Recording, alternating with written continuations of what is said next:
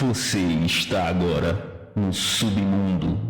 Salve, salve, Submunders! Hoje a gente vai falar sobre cinema nacional e tem algumas frases disparadoras aqui que a gente achou interessante botar, né, em pauta, e a gente sempre lidar ali quando fala de cinema nacional, que é: brasileiro não gosta de filme nacional e filme nacional é ruim, só tem putaria.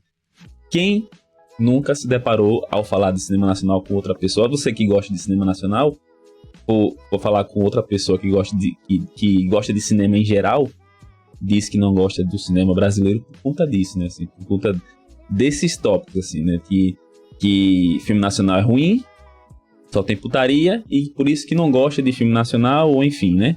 Em geral. E geralmente essas pessoas, como a gente tava conversando aqui nos bastidores, geralmente essas pessoas acham que filme é só filme da Globo, né? Filme nacional é só filme da Globo, né? Hoje em dia é conhecido como Globoplay, né? Eles têm um aplicativo especificamente. Mas que filme nacional se resume a isso. E quando na verdade, né, a gente tem uma miríade, uma gama aí de filmes brasileiros, desde os mais históricos, assim, de antigamente, ali até preto e branco, até hoje em dia, assim, né? Muita produção nacional, geralmente produção independente, né? Os melhores filmes nacionais, assim, são independentes, né? É feito ali com o coração, mesmo feito por pessoas de grande nome, sei lá, como Cacá Diegues, né? Que, enfim, faleceu mais recentemente aí. São pessoas que fazem filme com coração, filme de forma mais crua e independente, assim, em termos de produção. Então, é isso. Eu acho que um ponto que acho que é importante ressaltar aqui é que essa questão que a gente comentou sobre, que você falou sobre Globo e tudo mais, que realmente são os filmes ali que a gente que eles trazem com aquele pensamento de venda, né, com aquele pensamento de popularizar, geralmente filmes de comédia, mas o que também não tira a importância dessa empresa de produção, né? Não tira a importância. E a gente também não fala como se fossem só filmes ruins produzidos pela Globo Filmes aí, pela produtora da Globo. Não, tem muito filme bom que foi produzido pela Globo Filmes e que foi que ela fez esse investimento. Mas tem toda essa questão. Acho que o cinema nacional ele tem diversos problemas, né, de produção mesmo, e não necessariamente problema de conteúdo, porque o conteúdo é ótimo. Eu acho que esses problemas eles começam na questão de como que realmente o brasileiro vê esse cinema, já entrando novamente naquela frase de o cinema nacional é ruim, e são coisas que as pessoas dizem, e que se você for perguntar assim, por que o cinema nacional é ruim, normalmente elas vão citar alguns filmes que de fato são ruins, assim, mas que os melhores elas não viram. Não gente? É bem por aí mesmo. Tequila. Dá o teu salve, né? Que a Priscila deu salve. Salve Priscila, né? Que aí já foi entrando. Salve Tequila. Dá a tua ideia aí inicial sobre o assunto, né? Não, tá certíssimo, sim. Salve, salve, gente, pessoas. Pra você, o cinéfilozinho lamibotas dos Estados Unidos, né? Chega arengando, velho. É pra você que só sabe assistir Transformers e Velozes e Furiosos 15, tá? Sem tirar a importância de Velozes e Furiosos, aquelas, né?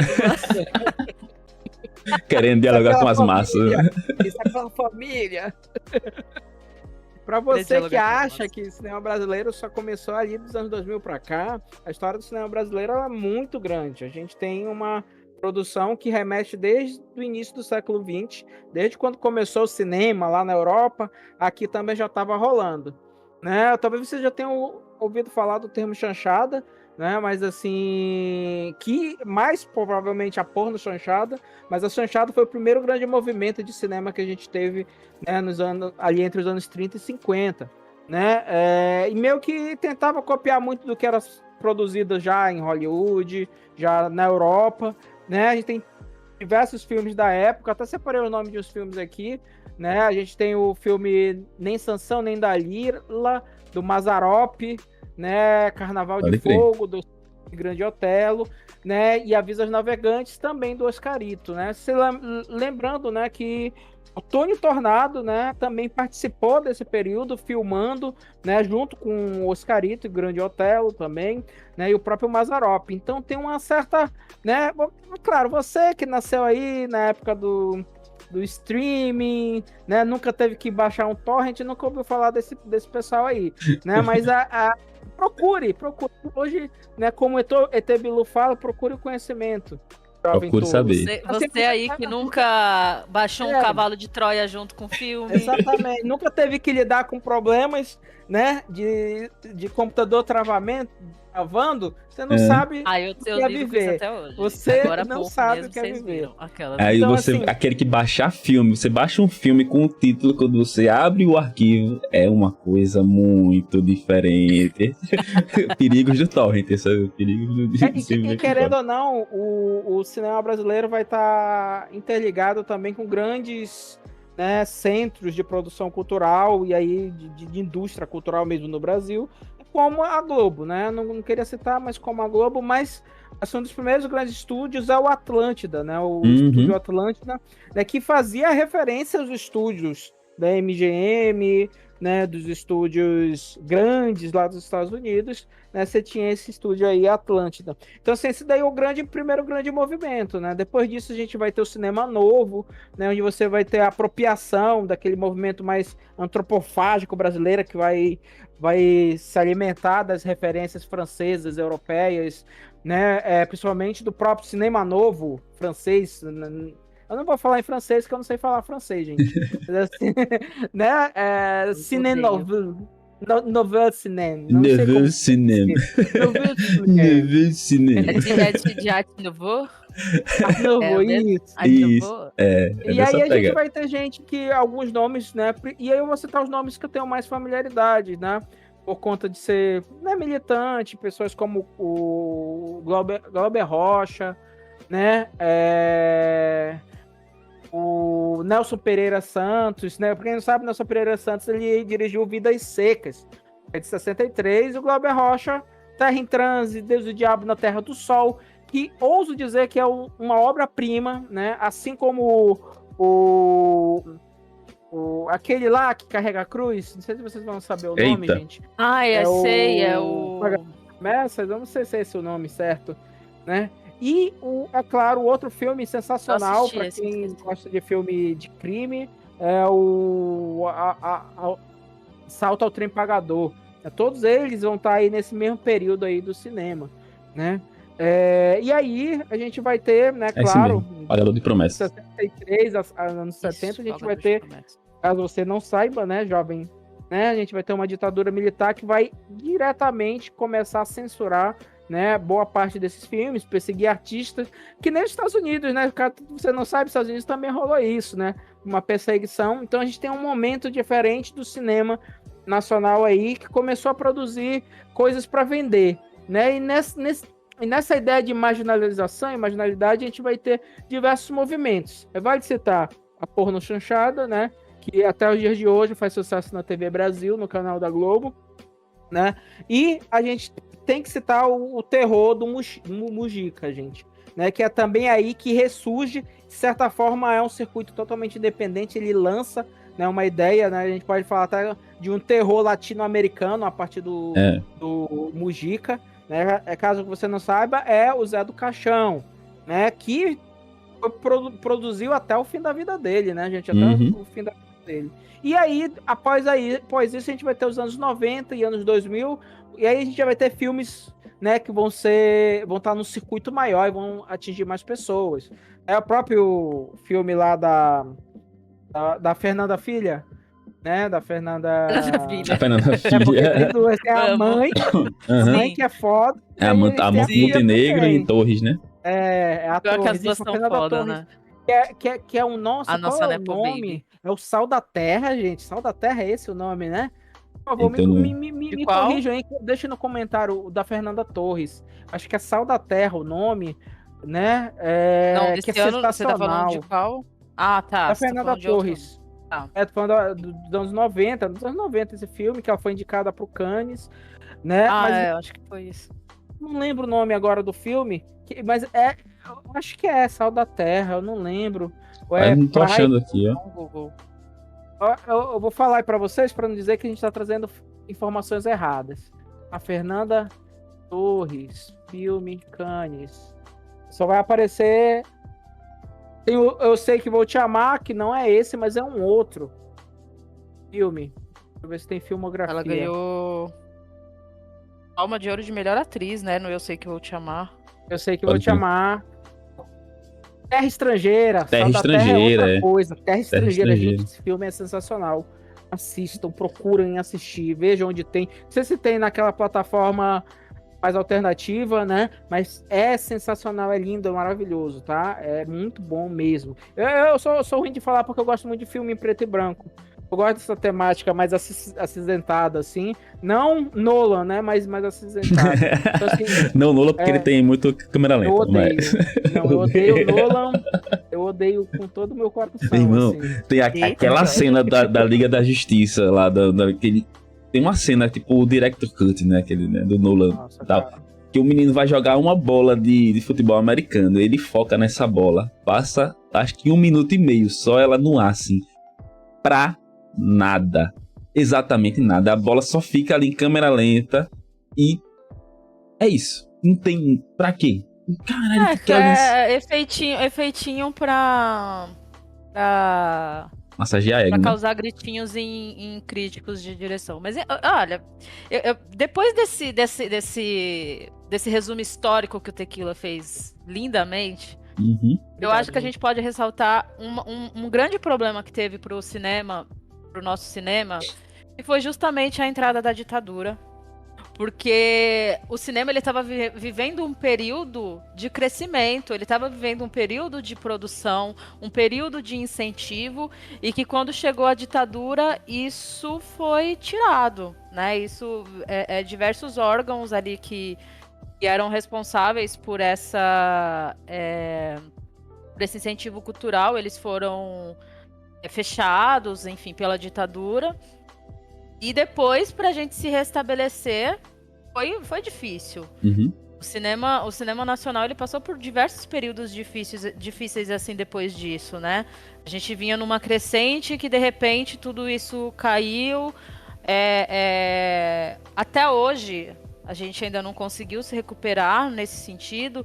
Um filme ou outro aí que chega, conquista festivais internacionais, como foi o caso desse filme mais recente, o Ainda Estou Aqui. Sim. Isso, da Fernanda Torres, que é um filme que fez um sucesso lá fora e que também fez sucesso aqui no Brasil, o que foi muito lindo, né, de ter visto esse filme enchendo os cinemas, e que curiosamente retratou justamente esse período, né? Curiosamente ou não. E mais recentemente o Agente Secreto do eu Wagner Moura, pensei que promete Sim, que promete seguir na mesma linha. Mas é interessante isso, Pri, porque olha só, um exemplo, gente, para vocês é o documentário do Eduardo Coutinho chamado Cabra Marcado para Morrer. Cabra Marcado para Morrer, ele estava nesse período que a Pri acabou de falar, assim, não tinha tido golpe ainda, ele estava fazendo documentário com o quê? Com as ligas camponesas no Nordeste, né? E aí Sim, a filmagem era para um personagem lá, um personagem que era uma pessoa, né, sobre as lutas, questões de dificuldades, isso é pré-MST e tudo mais. Ditadura chega, eles acabam com toda a produção do documentário, né? O Eduardo Coutinho tem que sair do país, né? Então esse filme que começa a ser filmado em 63, quando acontece, né, o golpe já tinha acontecido em 61, mas assim, quando começa a repressão em 64 mais intensificada, ele tem que sair do país, né, e perde praticamente a produção. E como vocês sabem, a produção ela é uma coisa muito delicada, assim, qualquer coisinha altera tudo, assim, ainda mais naquele período que a gente estava falando de trabalho muito mais analógico, você não tinha, né, como guardar rolos de filmes, né, num pendrive, não tinha pendrive, não tinha nada disso. Era muito complicado, né? Então, assim, conseguiu salvar uma cópia do que tinha gravado e ele só volta para terminar o documentário em 84. Doideira, né? Nisso ele a pessoa lá, a principal, já tinha morrido. É interessante que vocês deem uma olhada nesse documentário, porque isso reflete muito isso que a Pri tá falando. É como se tivesse uma interrupção, tanto no cinema, assim, na área da educação também a gente teve isso, mas culturalmente a gente vai ter, né, mesmo uma interrupção dessa possibilidade de construir, né, algo livre, né, algo que questione a nossa realidade, né, que faça aquilo que, como a própria Fernanda Montenegro fala, faça a arte mobilizar o indivíduo, né? A arte enquanto algo que mobiliza. Então o cinema, ele acaba tendo essa função também. Claro, a indústria cultural tem isso. Entretenimento tem isso também, isso, faz parte do né? processo do mercado tem ali. essa possibilidade da arte enquanto, né, te levar para um outro lugar, né? Todos nós, a gente passa por isso. Queria falar só uns comentários aí sobre esses filmes, né? Porque assim, é interessante, foi massa, um movimento legal a galera ir pro cinema para ver filme brasileiro, né? Que é uma coisa que o cinema, enquanto estrutura física, ele não prioriza, né? Porque o público nacional, ele não prioriza o cinema nacional, que é justamente o que levou a gente a fazer esse episódio. Mas fica aí, né, a ideia, né, do motivo, da principal motivador da galera ir ao cinema ver filme nacional. Por quê? Porque teve o respaldo internacional, ou seja, o nosso público, para consumir as nossas produções, precisa que lá fora diga: é muito bonito, parabéns, vocês estão indo no caminho que eu gosto. Então ok, então a gente vai começar a consumir. E outra coisa é esses dois filmes que o Tequila citou, né, tanto esse da Fernanda Torres, que é o Ainda Estou Aqui, e esse Agente o quê? Secreto, né? Secreto. Pronto, com Wagner Moura. Os dois fazem... eu não vi nenhum dos dois, tá? Mas eu sei a ambientação deles, que é na ditadura militar. Então a gente tem isso muito forte aqui no Brasil, que é trazer essas produções para momentos históricos brasileiros e não dar, tipo, margem para histórias originais na sua raiz, na sua essência ali, tipo, de fantasia mesmo, assim, tá ligado? Tem que partir sempre de uma premissa histórica. E se não for, como o Ainda Estou Aqui, né, que é um filme histórico mesmo, assim, né, que vai contar realmente a história de uma pessoa, de uma família, enfim, dentro de um processo histórico que a gente viveu, ou seja, é o tempo todo a arte querendo, né, eu não lembro onde foi que eu vi isso, se foi no canal do YouTube do Colina Sarjeta, ou foi o PH Santos do YouTube também, comentando que é a necessidade de fazer justiça. Como a gente tem pouca justiça histórica no Brasil, né? Então a gente precisa que a arte tome esse papel o tempo inteiro, assim, isso faça esse justiçamento, essa justiça na história através da própria arte, e isso impede que a arte seja criativa, como, sei lá, o Eternauta, por exemplo, né? Que embora ele retrate ali aqueles problemas da ditadura e tudo mais, ele tem uma história que é puro devaneio, se você ficar só naquela superfície da história ali, coisa que é difícil de você fazer, por exemplo, no Ainda Estou Aqui, né? São produções que são muito limitadas nesse sentido de criatividade. São obras muito boas, são obras excelentes, de qualidade sensacional, enfim, reconhecida, né? Não tem nem o que dizer, mas nesse sentido a gente trata meio devagar aqui, tá ligado? E em relação... Mas fala. Não, desculpa. Não, pode concluir. Não, eu só ia puxar para outro assunto, mas se for então aproveitando que a gente tá dentro desse assunto... Da Pri falar, um parêntese, colocar na pauta o Eternauta, pra gente trazer ele de alguma forma aí mais pra frente, tá, gente? Sim, nossa, ótimo. Não, uma coisa que você falou que eu achei, né, além dessa questão de que a gente só vai ao cinema quando a gente tem aprovação internacional, e essa questão também sobre como que a gente cobra que a arte ela seja o tempo todo essa reparação histórica, né, olhando sob a ótica brasileira, do cinema brasileiro, os próprios editais, tá, de incentivo governamentais, eles exigem que você tenha que você abrace toda uma questão social para você conseguir aquele incentivo. É. Então é realmente, quando você só coloca isso como critério, você não abre espaço para que a criatividade dessas pessoas, para que outras pessoas que têm ali, que estão querendo colocar essa criatividade de outras formas também, possam fazer cinema. E que às vezes é uma questão muito relativa. Você pode fazer uma animação sensacional e que também tem uma crítica muito foda nisso, sabe? Sim. Você pode fazer uma coisa muito lúdica e que também tem uma outra reflexão dentro disso. O problema é que a gente precisa o tempo todo ficar explicando como que aquela nossa arte vai mudar uma sociedade.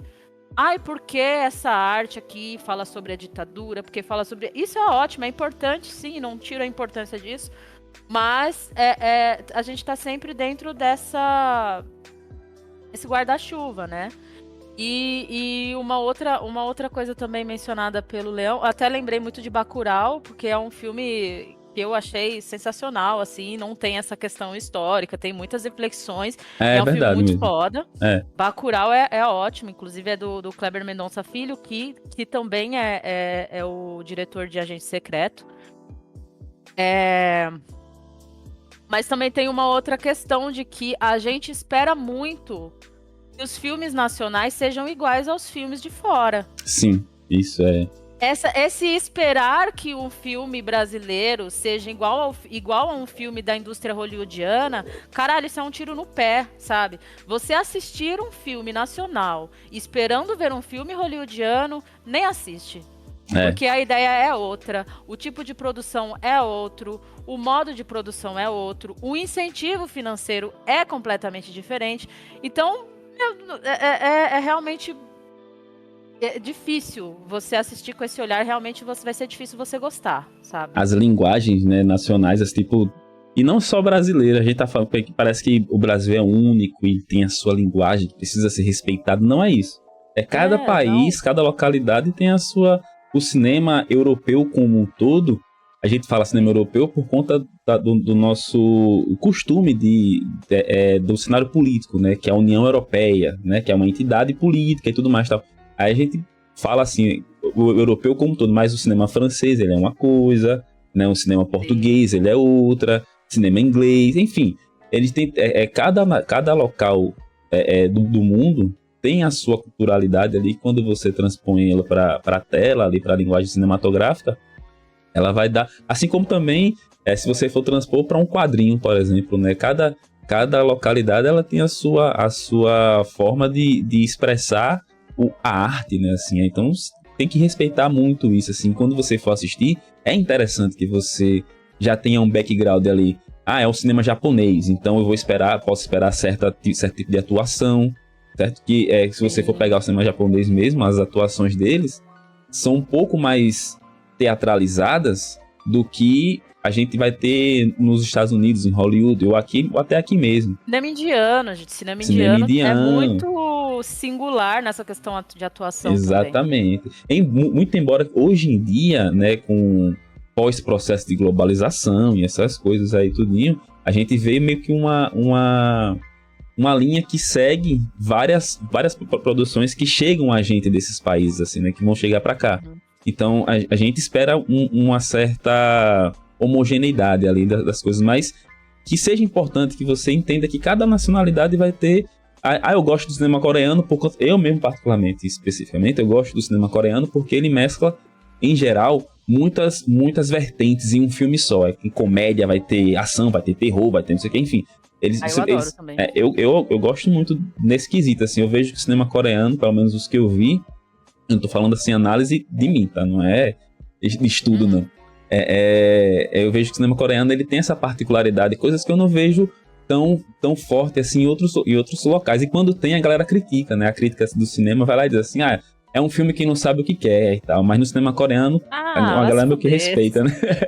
Meio que respeita isso. Eu adoro.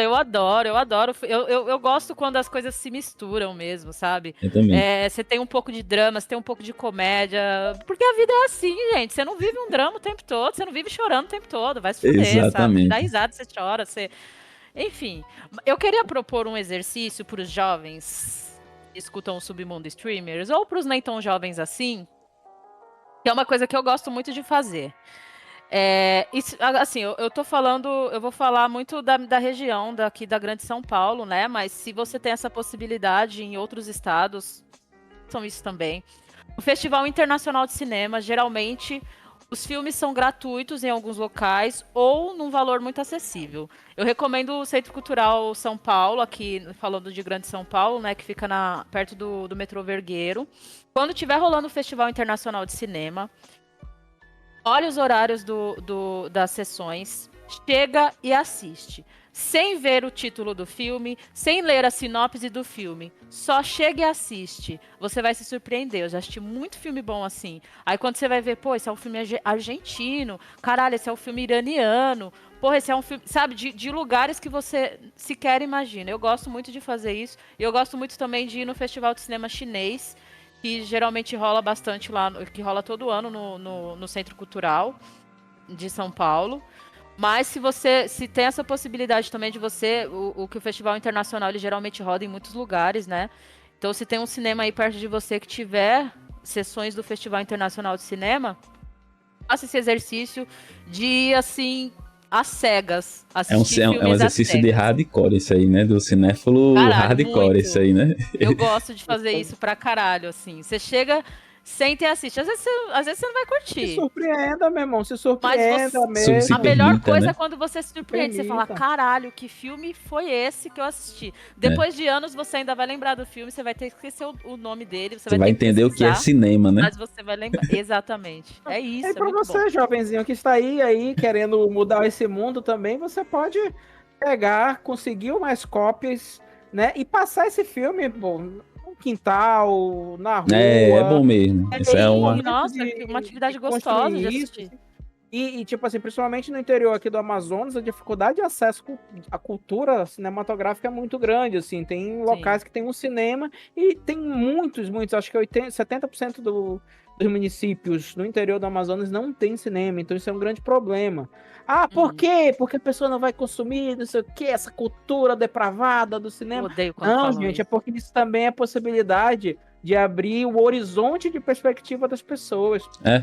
Por isso que é Sim. importante, assim, cinema enquanto arte, né, o livro enquanto arte, o Nossa, histórias. nada mais gostoso do que você reunir uma galera e assistir um filme ao ar úteis, livre, assim, exatamente. sabe? No Aquele diazão de cinema. calor, nossa, aquela tela de projetada ali, aquele cineminha ao ar livre, sabe? Mó Conversar gostoso. sobre, né? A pessoa Assistir fala filme é uma arte coletiva, né? O cinema, né? Ele é uma arte de consumo coletivo, assim, né? É mais interessante você assistir em grupo do que você assistir individualmente. É claro que é bom também, tal. Às vezes você quer prestar atenção em algum detalhe ou coisa assim, você reassiste individualmente depois, mas em geral o cinema, ele é feito. Tanto é que as salas de cinema, elas são salas coletivas, né? Assim, vai muita gente pra assistir o mesmo filme, tá? Não é uma coisa individual. E até falando sobre isso, assim, é uma coisa que com o tempo a gente sempre acha que vai perder, né? Sempre tem aquele momento que a sala de cinema fala, ai, não vai dar mais porque chegou as locadoras. Ai, não vai dar mais porque chegou o DVD. Não vai dar mais porque chegou o streaming. Caralho, nunca vai acabar. Empresário é o bichorão, pô. Empresário é bichorão, pô. Convenhamos. É diferente. Por mais que hoje os processos eles estejam ficando cada vez mais individuais, a gente ainda curte sair de casa para assistir com várias pessoas. Isso é muito bom. Eu acho que isso é uma coisa que nunca vai se muito perder. é R$60, R$80 numa sala de cinema. Então Isso gourmetiza foda, né, menos cara? uma sala. Para de chorar e libera o acesso mais barato pra galera. Gourmetize menos a sala de cinema. Coloca o ingresso a R$10 pra você ver se não vai encher essa porra. Vai, pô. E a galera fica dizendo assim, mas porque a gente tem que colocar atrativos pra que as pessoas saiam de sua casa e vá assistir na sala de cinema. Aí começa a botar cadeira que treme, sala que coloca cheiro, aí vai ficando tudo caro. Tudo caro. Aí vai eliminando os funcionários que faziam uma combo quase R$100. Quase R$100 no pacotinho. Aí você elimina os funcionários que estão fazendo uma manutenção ali de assistência, né? O lanterninha, não sei o que, eles vão tirando esses funcionários que são essenciais ali pro cinema e vão só deixando cada um por si. Aí vai que a galera vai ficando irritada mesmo com o serviço, que tá caro, ninguém dá uma assistência legal, a comida lá dentro é cara, enfim. Aí você vai morgando mesmo. Isso é que morga de sair de casa, né? Assim, nessa ideia. Sobre o cinema nacional. Só pra gente ir caminhando aqui, né? Só queria, pra puxar pro nosso lado aqui, eu achei interessante. esse questionamento aqui, né? Qual é o submundo do cinema brasileiro? O Zé do Caixão, Boca do Lixo ou filmes de festivais? Para festivais, né? Lembrando assim, né, que antes da gente abrir para essa pergunta, assistam filmes nacionais. Filme de festival é legal muito, muito mesmo, porque geralmente são filmes independentes, filmes de editais. E se você não tem paciência de ver um filme longa-metragem, lembra que existem 3 vertentes aí de metragem, né, de tempo de filme. São os longas, médias e os curta-metragens. Então, se você não tem essa paciência toda, vai pro curta-metragem, assiste ali algumas produções independentes, veja o cinema feito no chão de fábrica, né? Cinema realmente de terra batida, enfim, que você vai ver muita visceralidade ali também, né? É cinema hardcore, assim, né? Não espera grandes produções, mas você vai esperar muita essência ali dentro do cinema, né? Aí qual é o cinema do submundo aí? Qual é o cinema? O Zé do Caixão e suas vertentes? O cinema de festival, os filmes de festivais, né? O da Boca do Lixo, lá na época do Porno Chanchada. Eu acho que o cinema de submundo, gente, ele tem muita variedade, ele tem muita diversidade, né, de possibilidades. Aqui mesmo na Amazônia a gente tem um circuito muito legal, tem filmes como Noites Alienígenas, A Febre, que se passa na cidade de Manaus, né, A Última Floresta. Recentemente saiu um grande, olha só, a gente vai ter filmes que são independentes, como Noites Alienígenas. Assim, se vocês puderem, assistam, gente. Tem na internet, tinha na Netflix um tempo atrás.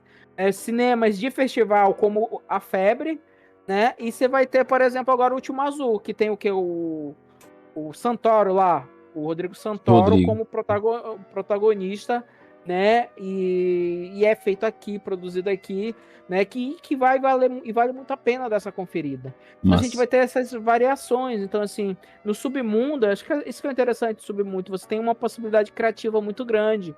Né? E às vezes, quando a gente está tão afogado numa mesma fórmula do cinema hollywoodiano, europeu, do mainstream, né? Assistir essas obras que narram outras histórias, né, dão um fôlego a mais pra gente, de verdade, vale muito a pena. Por mais que possa ser doloroso, né? Eu não tô falando da câmera lenta do Nolan, não. Aquilo dali é doloroso mesmo. É pornográfico, de certa forma. Né? Mas assim, eu tô falando de outras formas, né, de você, né, contar histórias, assim.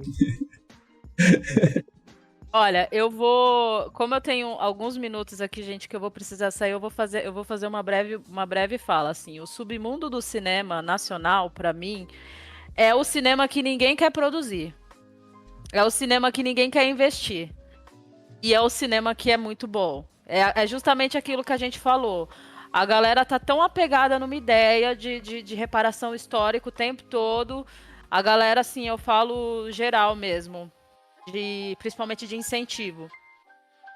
E estamos esquecendo que a criatividade é o que faz o cinema e ninguém tá olhando para isso. Então eu acho que o submundo do cinema nacional é aquele cinema criativo que não necessariamente vai ter ali uma crítica social foda, embora eu adore uma crítica social foda, mas é para esse cinema que ninguém quer olhar. É isso. Pega sua câmera do celular e começa a filmar. Não desista. Tem festival de filme de celular, viu? Concordo com a Pri, né, nesse sentido aí, né, e tudo mais. E fica aqui, né, alguns adendos aí, alguns puxões de orelha, né. Primeiramente, né, vou de cima para baixo. Da ponta para base, na verdade, né, para raiz. Não base, mas raiz. Vocês, produtores de filme, deixem mais acessível os seus filmes. Parem de ficar com medo que a galera pirateie. Parem de ficar com medo que passe os filmes sem os seus direitos autorais e tudo mais. Porque as pessoas, os indivíduos que querem consumir o filme nacional feito de raiz mesmo ali, né? Como a Pri falou aí, é aquele que ninguém quer produzir, mas que ainda assim é feito. Fica muito, muito difícil acesso. Só se você conhecer alguém e conversa com o diretor ou com alguém da produção. Aí fica um negócio muito limitado e limitante. Mas, ao mesmo tempo, a gente vai aí partir para os financiamentos, né? Porque produzir cinema é caro, exige muitas pessoas, as pessoas precisam ganhar dinheiro, né? Para poder pagar suas contas e comer, enfim. E os editais mudem os seus regramentos, né? Porque dentro dos regramentos dos editais para você produzir um filme, pegar uma grana para produzir filme, tem lá, não pode ser exibido em canto nenhum, não pode não sei o que lá.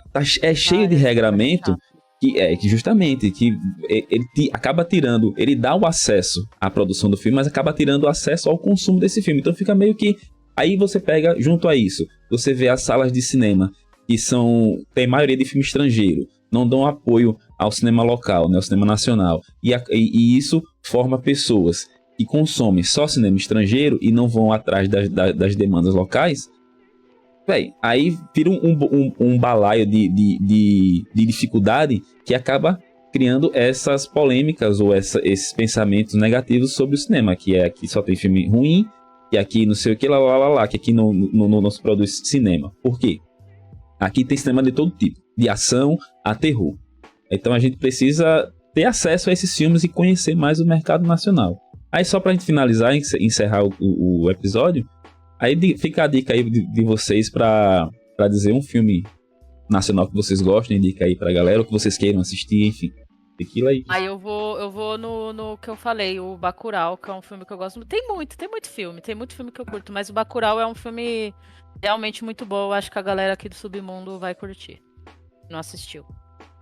Pois é, gente, eu sou muito, assim, eu gosto muito de filmes, assim, não saberia indicar um especificamente, talvez, mas, assim, o que eu citei no início, né, Deus e o Diabo, né, na Terra... Preciso Qual ver é o isso. nome? Deus e o Diabo na Terra do Sol. Deus e o Diabo na Terra do Sol. E o Paralelo de gente, Promessas. Deus e o Diabo na Terra do Sol. Vale a pena, vale muito a pena, é uma obra latino-americana maravilhosa. Tá? Eu vou indicar um que eu não assisti, eu tô morrendo de vontade de assistir, verei dentro em breve, que a partir desse episódio aqui, né, que a gente tá gravando, que tá na Netflix, ele é o Abraço de Mãe. É uma obra de Marjorie Este Ano, é uma obra de terror, horror cósmico também. Falar, hein? E, enfim, eu preciso assistir e vou assistir e recomendo que vocês assistam. E se vocês assistiram algum desses filmes ou tem alguma coisa para falar sobre cinema nacional que a gente não falou aqui, comenta aí. Se vocês quiserem que a gente traga novamente esse tema com mais alguns tópicos a serem abordados também, que a gente deixou de fora vários, a gente pode também abordar se vocês preferirem. Deixa nos comentários, deixa o like se estiver pelo YouTube, tá no Spotify também, avalia com as 5 estrelas. Se inscreve nos canais, tem Instagram, tem Threads, tem YouTube, tem Spotify. É isso? Forte abraço. É isso. Até a próxima.